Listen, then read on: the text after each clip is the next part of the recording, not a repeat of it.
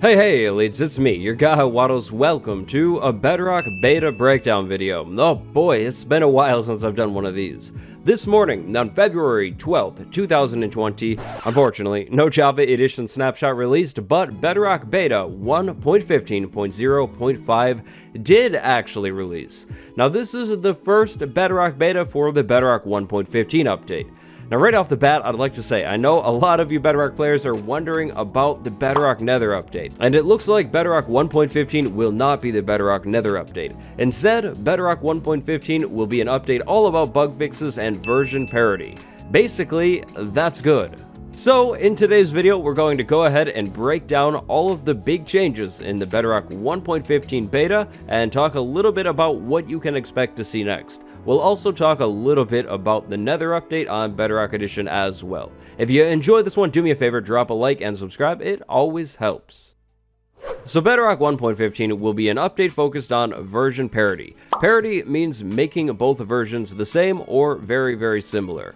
Bedrock 1.15 will be focusing on bringing a lot of Java Edition features over to Bedrock Edition. Today is only the start of that. The first change in this beta has to do with the placing of the pumpkin blocks and the fence gates. Pumpkin blocks and fence gates can now be placed mid-air without a block below them.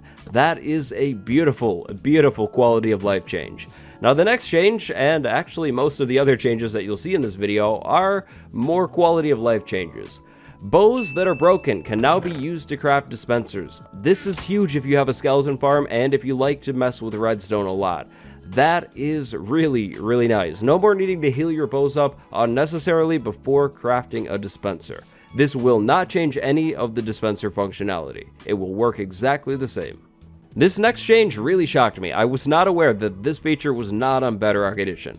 If your hand is empty, you can now press the use button to remove a flower from a flower pot. If your hand is not empty, pressing the use button on the flower pot will do nothing, so you'll need to have an empty hand.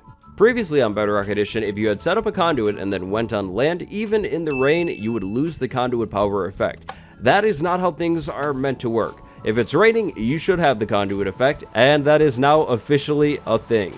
This is exactly how conduits behave on Java Edition, and I mean, it sort of makes sense. Now, of course, you will still need to be within range of that conduit. If I'm like a million blocks away, I won't have the conduit power effect. Once the rain stops, you will eventually lose the conduit power effect and go right back to normal. This next change is a pretty small one. You might actually never end up really seeing this change, but pufferfish now have a middle inflation state. That middle state is that right there. Now, it seems that the pufferfish sort of gets stuck on this middle state for a little bit. The state changing is pretty slow still, but at least it's not a gigantic jump. The next change in this beta has to do with this bug right here, reported by none other than our guy, Silent Whisperer. So previously, some passive mobs would spawn even when they weren't meant to. The full report is on screen right here, but basically passive mob spawning should be a lot more realistic and correct now. Definitely a nice thing.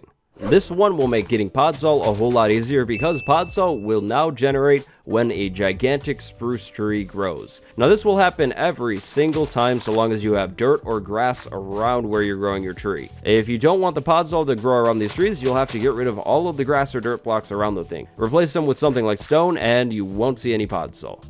This beta finally brings the Curse of Binding over to Bedrock Edition. Now the Curse of Binding is a curse, it's not good. Thankfully, you won't get this curse on your tools from the enchanting table. This is basically like a treasure enchantment, sort of like mending. Now the Curse of Binding can go on all pieces of armor, and even, if you're evil, things like heads and carved pumpkins. If you accidentally put one of these things on in survival, it won't be coming off until you meet your end. So be very careful with this curse because this stuff is in fact stuck on you until you die. Could be a small problem. This next one is a small one, but at the same time a really big one. 3D item models are now officially a thing. If you drop an item on the ground, its model will be 3D and it will rotate slowly in a circle. Now, of course, there has been no change to the despawning of these items, just how they look. Isn't that beautiful right there? That is such a nice sight, and it looks so good. So, throw all of your items on the ground, but yeah, make sure you pick them back up. Don't leave them on the ground. The Eye of Ender exploding particle effect has been changed. It will now match what it is on Java Edition. You can see that whole ring of particles? Yep, that thing. That is new. And that's a lot of eyes. The iron bar texture has been slightly changed to match the Java Edition iron bar texture.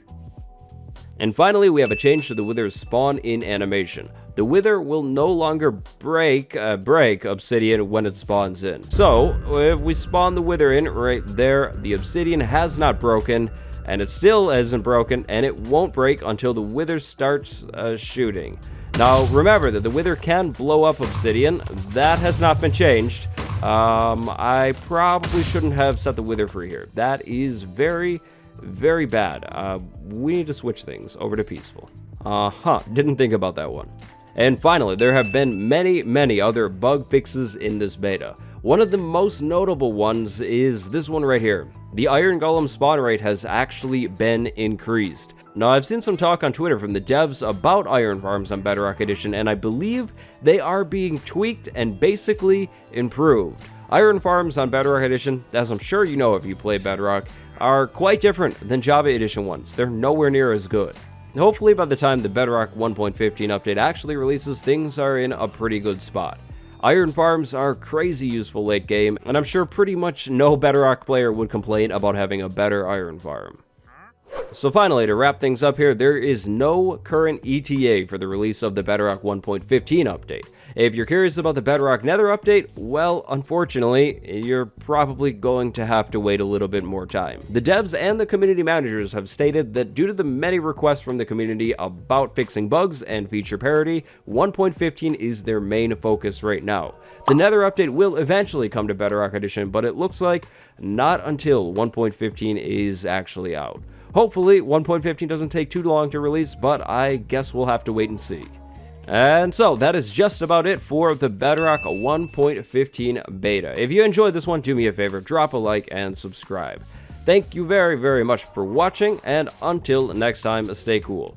Hopefully, we get a Java snapshot soon. I really can't stop thinking about the Nether update. Anyways, I'll see you next time. Goodbye, elites.